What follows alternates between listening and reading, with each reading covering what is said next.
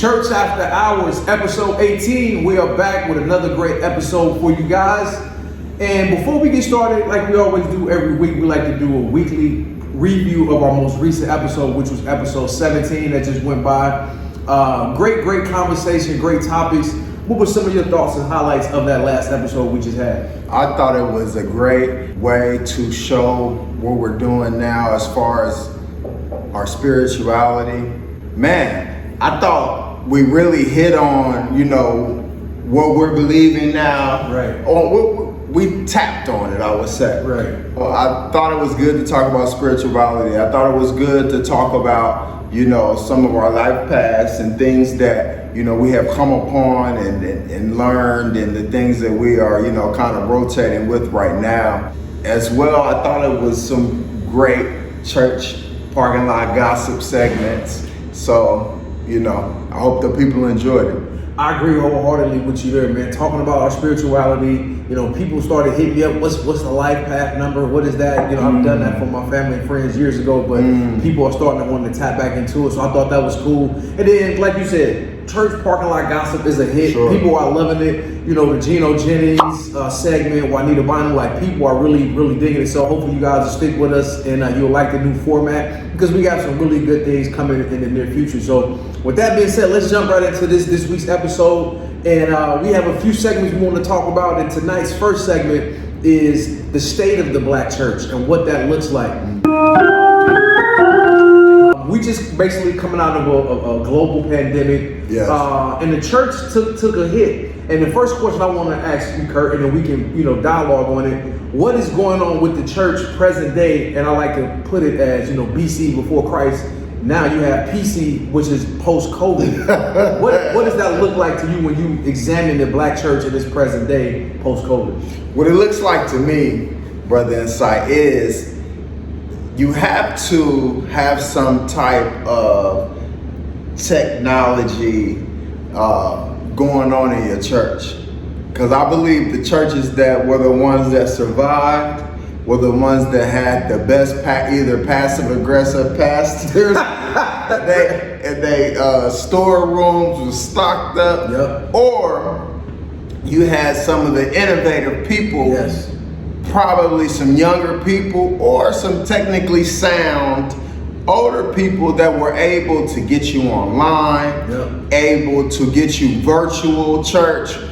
I know I saw some churches were having church out in the parking lot. Yeah. Now, you probably still spread COVID that way from car to car, but those are the people that did what they had to do. Some of these people that were so traditional, I'm not gonna do that, I'm not gonna do this, those are the people that went by the wayside. I totally agree, and we seen a shift. It's like some people was ready for it and some people weren't ready for it. Like you said, those ministries that already had a social media presence, yes. Had a YouTube presence, yes. Was putting Bible studies and putting their sermons online. Like it's like for them, they already was already in that pocket and already in that lane. It just helped them out, and everybody else was trying to play catch up. Sure, what I mean? Absolutely, you're absolutely I even look at Reverend Pipers for instance, because like I said, I don't go to church like that. And just, going and doing our interview with him and seeing how far advanced he was and what him and Zoe was doing at Zion Global Ministry, how they was getting their information to the people,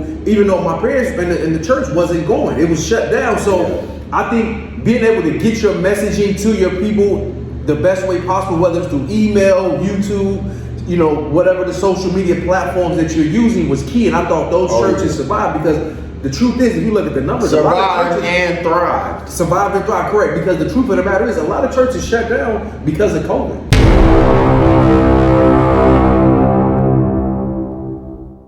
They wasn't prepared. That is true. There was also churches, that were humble enough to merge with other churches. Yes.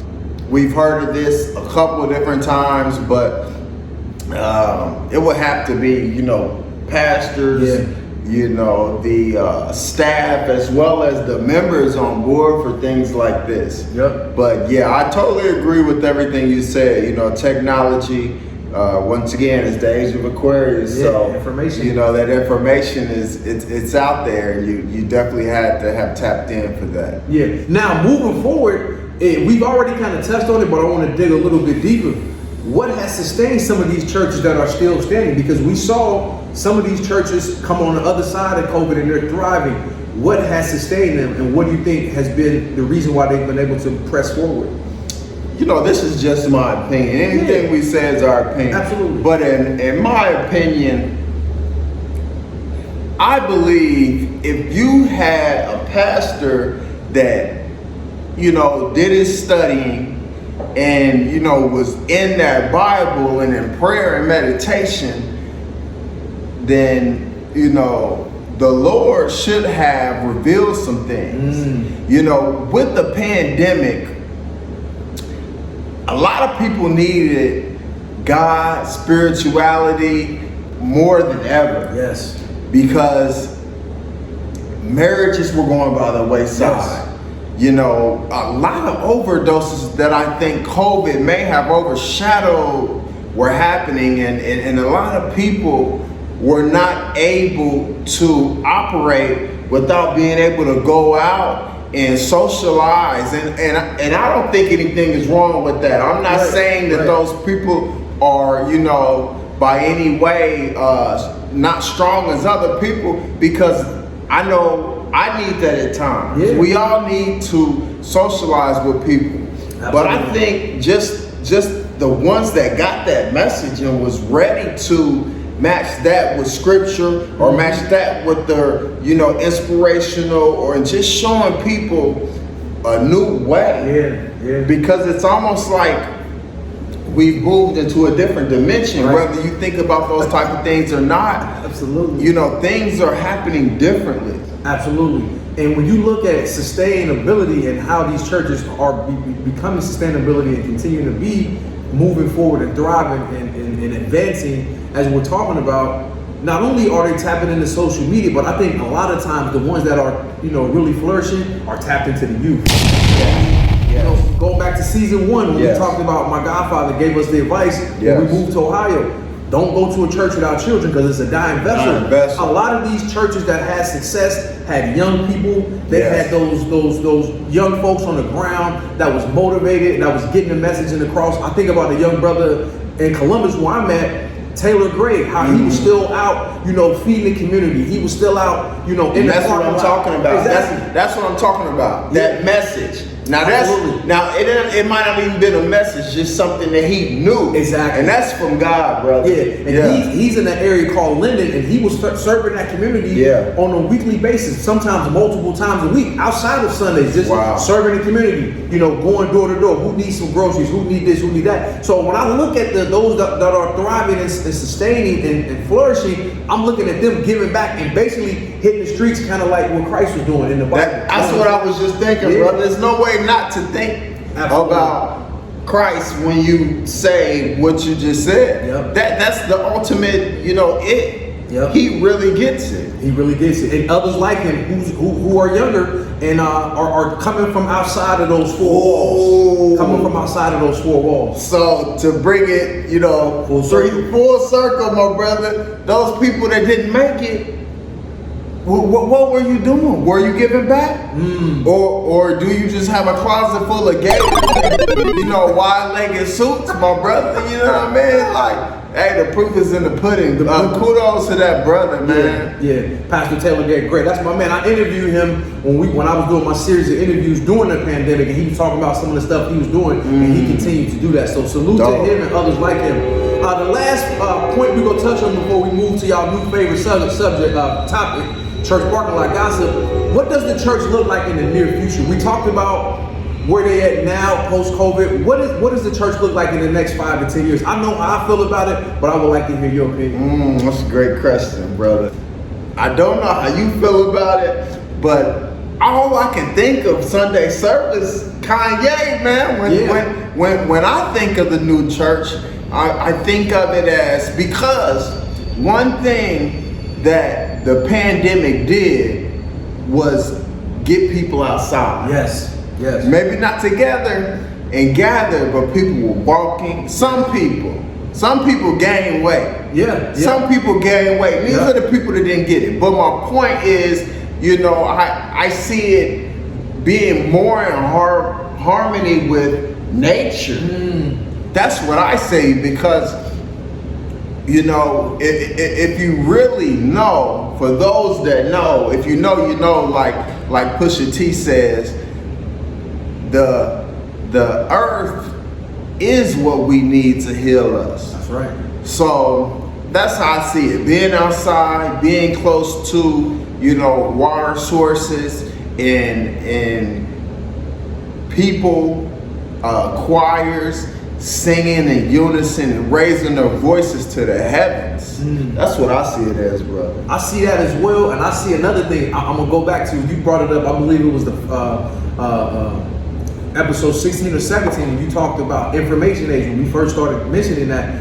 I think now the veil is being lifted back. We're seeing so much going on in the church now. It's like, you can fool some of the people some of the time, but you can't fool all the people all the time. That's and right. People are not being fooled anymore. I feel like it's a total shift now. Yeah. People like the Geno Jennings, who we talked about in the previous episode, like, people want truth, man. That's people right. are tired of playing games and tired of playing around. You look at what Creflo, we talked about in that episode last week about tithing is not biblical. Like, people just want the truth, and I just feel like that's the future of the church. If you are on the truth and you want the truth, that's where the people are going to be going. And I feel like that's what the church is going to be looking like here in the near future, starting today.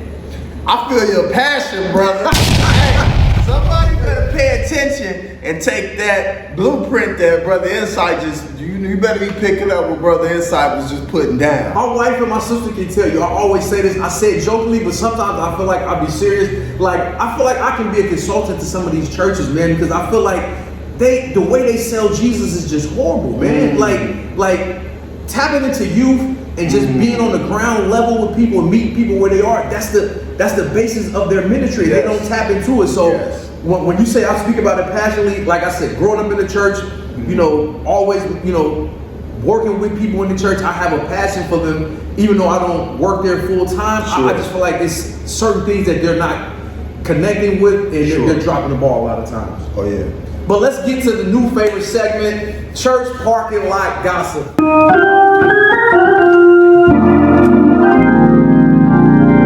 Let's go. Let's go. We got some good topics this week. First topic. What is your thoughts on my man from BK Borough, the home of Biggie and Jay, Pastor Lamor? You've been hearing a lot about this brother. Where will we start? I know he got robbed, and then a couple weeks ago he had to, politely escort a sister up out of his church. What are your thoughts on Pastor Politely, Lamor? that's the word you use? Okay, that's what we're doing. Okay. Man, it's impossible for me not to think about. I can't think of the dude's name. Area change off. Hey, I cannot not think about that song. M.O.P. When I think about this brother. Yeah. Man, super flashy now. Super. Now they say he has gotten some of his riches through real estate and other businesses. Right. And that's totally fine. But, and when I say but, I hate to say but, because I hate people to say but. Right. You know something bad coming afterwards. However, thank you, brother. However, now you're wearing all these riches that you gotten on your person, brother, in front of people that aren't, and not only in front of people, but around, because we see where his church is located. Put it right here. And how many times can you walk around with food around hungry people and the lions not come out? Man. And the lions not come out, brother. So it's what Jay-Z say from Brooklyn, when the money get low and the hungriness sold. Yeah. Man, that's real. Yeah. So this is the part where we start talking about, Christ, and you're preaching about him. Your church has pictures that are impressions of what we think or what you think, you know, he looks like, Right. and you know, you have the good sounding music and the bright colors, and you know, and the things look good. But what's in your heart? Because what's in your heart comes out. You know, I felt like he was just doing too much, man. Too much. Too much. Yeah, it's funny because you talk about the cats with the wide-legged suits in their closet. I feel like he's a modern-day version of that now. You know what I'm saying? Like the cats in our day dress like that, but now cats like Pastor Lamor and them, they dress a little bit different. You see him with the Gucci and the Prada, and you know the loudest cat in the room, to me, is the funniest cat in the room. And when I see him, I just laugh like, bruh, like. You doing a real estate game, you making your money, that's cool, but Right. you don't have to wear your riches on your body. You don't have to let everybody know exactly what you're doing. I feel like people like him and others give back Christ a bad name. Again, it's bad promotion for Christ. Like you said, you're in Brooklyn, and Kurt just showed y'all the church.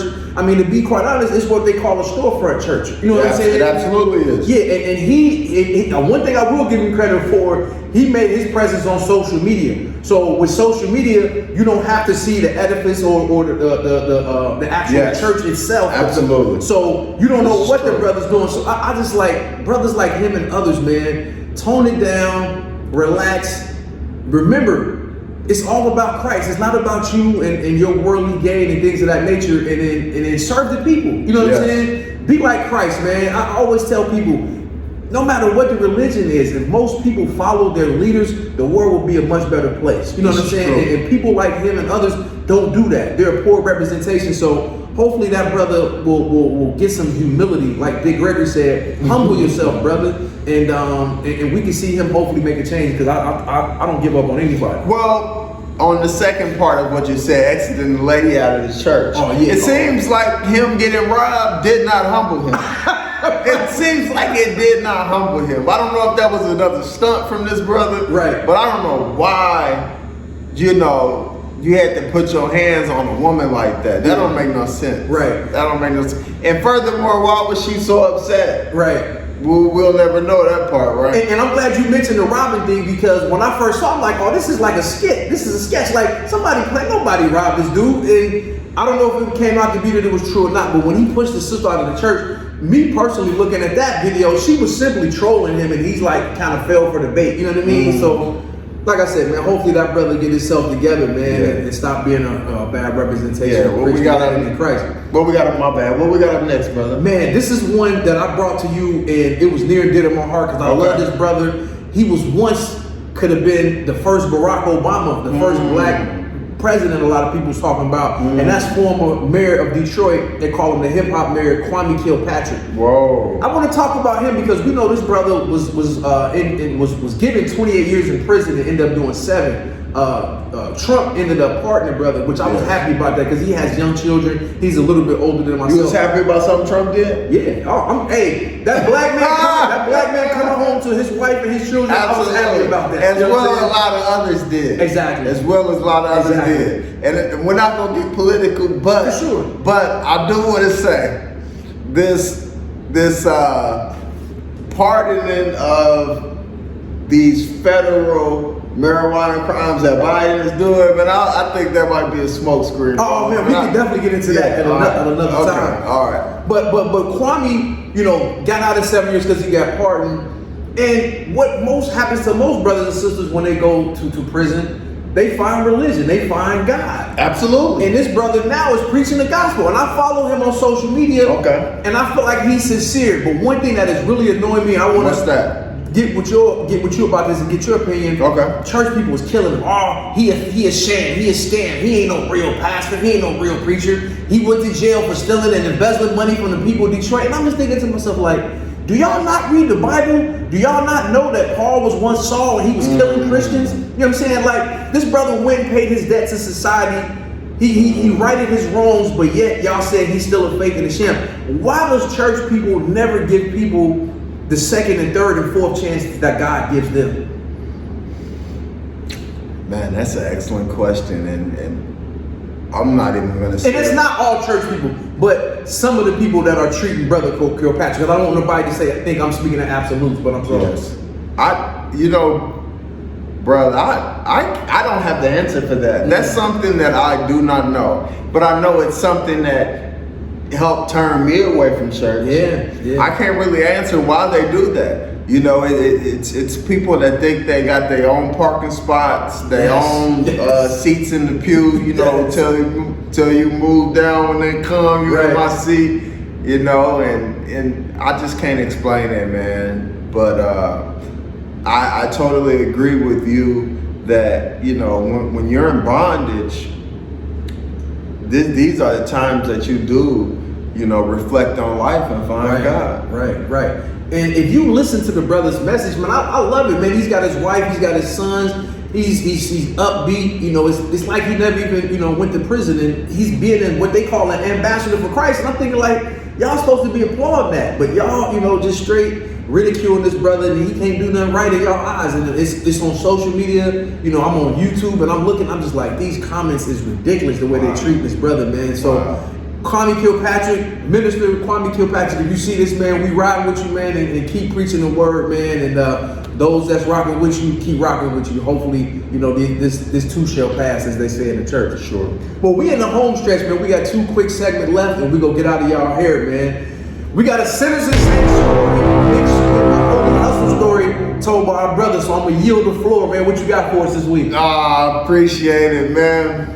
I don't give many of these, but this one it comes to us by way of me, as well as my brother Dorian Wynn, your brother Johnny Morgan. We were involved in Fellowship of Christian Athletes. Oh, I know this story. All right. So, we were athletes in high school. Mm-hmm. We had that sauce. And the cool thing about us is we wanted to be involved in extra things outside of sports and school. Right. We didn't just want to be jocks. We wanted to, get into, some type of fellowship with other athletes around other schools. Right. So we did that. The person that headed this up was a teacher. I'm not gonna say his name, not because he's a teacher and a coach. He was a teacher and a coach, because I've gotten to the point to where this guy pissed me off so much through my childhood that as a man, I'm not even gonna say his name. But he was the so-called leader of our F.C.A, which is of course Fellowship of Christian Athletes, when we were at Fairfield. Now, this particular time, we ended up going to a Super Bowl party that was held by some people in the F.C.A organization, and the event was held at the Taft Estates. Wow.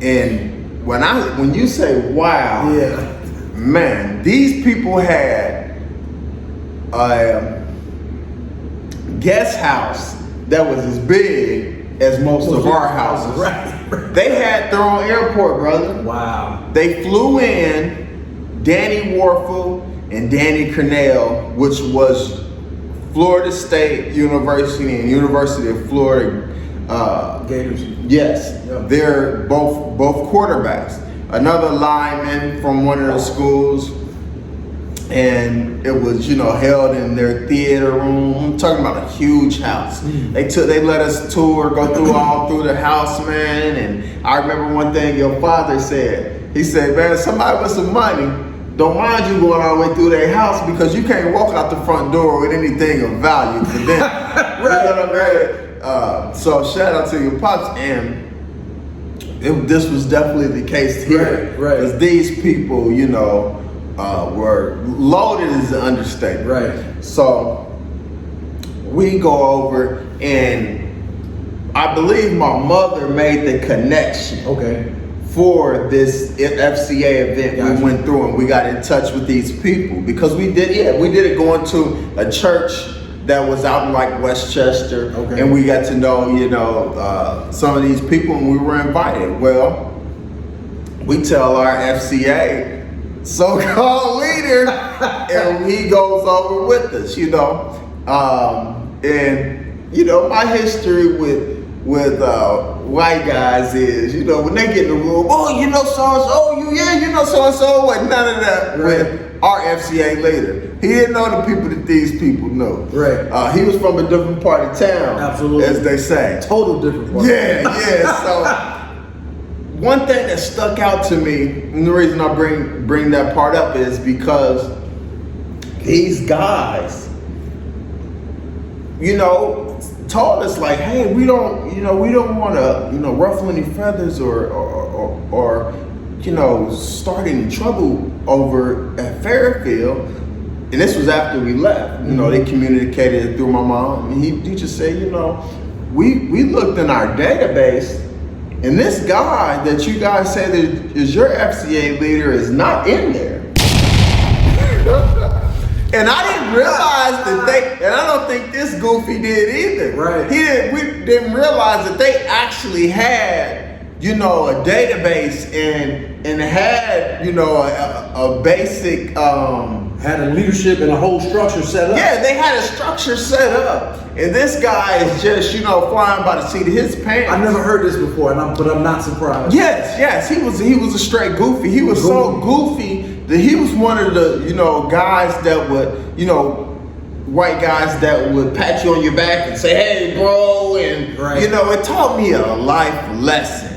You know, it's almost like how black people feel about Democrats. You know, you think the Republican is straight in your face with the racism, but the Democrats is behind the door. They, you know, fist pump you and tell you, if you vote for him, you ain't black and things like that. Well, they tell you they got hot sauce in their bag, but that's another conversation. Right. So come to find out through situations with one of our other brothers, you know, this guy getting caught and being outed, man, this dude was a straight full-blown racist. You know what I mean? Yep. Caught on video with it, and oh man, it was a life lesson for me. Yeah. You know, so Yeah. in essence, you know, sometimes the devil is in the details. For sure. For sure. You know. And hearing that story brings back memories, because here it is supposed to be fellowship of Christian athletes, and we have so-called leadership that's not leadership, and then these so-called leaders are just blatant racists. And when we caught the guy with his, you know, red-handed, it was nothing he could say. You know what I mean? So I'm nothing more that he could say. Exactly. Nothing more than he can say that he had already said, because Right. he has said a lot when he, you know, made those dumb comments. But I'm glad you told that story, man. And people are gonna see this like, who y'all talking about? It don't even matter. But just know it's a lot of goofy people out there, as you said, that's out there doing these type of things in the name of Christ. Right. But we've come to the message, and this is another new segment that I think people like. And again, shout out to my sister who inspired that segment that we have here, or this segment we have here on this season 2 of our podcast. And I'm gonna read a scripture. It's from the King James Version. All my good brothers and sisters that are Christians, make sure you read the King James Version. And this is my favorite scripture in the Bible. And it's Hosea 4:6. It says, my people perish for a lack of knowledge. But I like to read the King James Version because it reads a little different. My people are destroyed for a lack of knowledge. Because thou hast rejected knowledge, I will also reject thee, that thou shalt not see no priest to me. Seeing thou hast forgotten the law of thy God, I will also forget thy children. And when I read scripture or tell people to read scripture, I always tell them, when you give scripture, kind of give a little context of what's going on before it actually gets to that part. And what the prophet Hosea is saying is, these Israelites, the children of Israel, are wild. You know what I'm saying? They commit all type of sin, idolatry, like they adultery. They going in, they going hard. And basically, what he's telling them is, if you continue this lifestyle and continue to be on this path, you're going to be destroyed. And hopefully, people who are trying to, you know, live life to the best of their abilities don't allow themselves to be destroyed. And I'm just happy that we're in season 2 and we're having an opportunity to share more with you guys, and hopefully you like it. But I just want to give you an opportunity to respond to this week's message. You know, what I have to say is it truly seems like we're in that time that you spoke about before this, verse comes about. And we're celebrating ignorance these days. Yes. We're it's rewarded. It's celebrated and rewarded. Yep. And we're also, embracing just things that aren't of God. Mm-hmm. When you see people, you should be, laughing and having fun and talking them up. Right. And it seems like now people want to talk people down. They think it's cool to really, bash people. That's the era we're in almost. Yeah. The music for the young people is super negative. All of our music guys, our rap guys are now, their businesses are in liquor and things that are, like you said, destroying us and our people. So that's the only thing I think about, man. It's just that, even with information and knowledge now, people almost hate it. Yes. They hate when you when you speak about things like that, and it's kind of crazy. I just don't understand it. So that's what I think about when I hear that, man. Yep. And I'll say this in closing, man. I've always been a person that run to knowledge, not away from it. Mm-hmm. And I encourage you guys to do the same thing. Well, this is episode 18 here of Church After Hours. Hopefully you enjoy it. Like Kurt always says, like, comment, share, and subscribe to the channel and support us in any way you can. Yeah. Peace and blessings. Church After Hours.